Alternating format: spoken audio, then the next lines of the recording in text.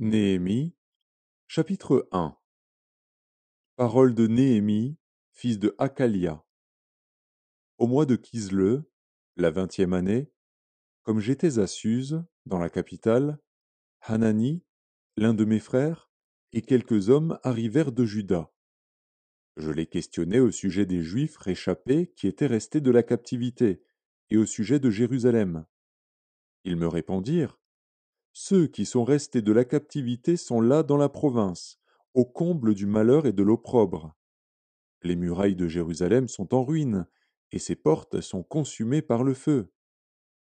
Lorsque j'entendis ces choses, je m'assis, je pleurai, et je fus plusieurs jours dans la désolation. Je jeûnais et je priais devant le Dieu des cieux, et je dis: Ô Éternel, Dieu des cieux, Dieu grand et redoutable, toi qui gardes ton alliance et qui fais miséricorde à ceux qui t'aiment et qui observent tes commandements, que ton oreille soit attentive et que tes yeux soient ouverts. Écoute la prière que ton serviteur t'adresse en ce moment, jour et nuit, pour tes serviteurs les enfants d'Israël, en confessant les péchés des enfants d'Israël, nos péchés contre toi.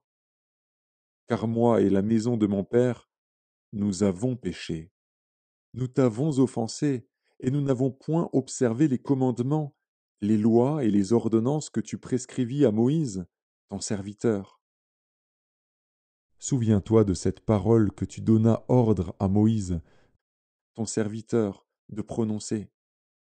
Lorsque vous pécherez, je vous disperserai parmi les peuples. Mais si vous revenez à moi, et si vous observez mes commandements et les mettez en pratique, alors, quand vous seriez exilés à l'extrémité du ciel, de là je vous rassemblerai et je vous ramènerai dans le lieu que j'ai choisi pour y faire résider mon nom.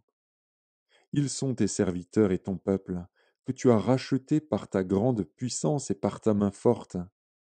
Ah, Seigneur, que ton oreille soit attentive à la prière de ton serviteur et à la prière de tes serviteurs qui veulent craindre ton nom. Donne aujourd'hui du succès à ton serviteur et fais-lui trouver grâce devant cet homme. J'étais alors échanson du roi.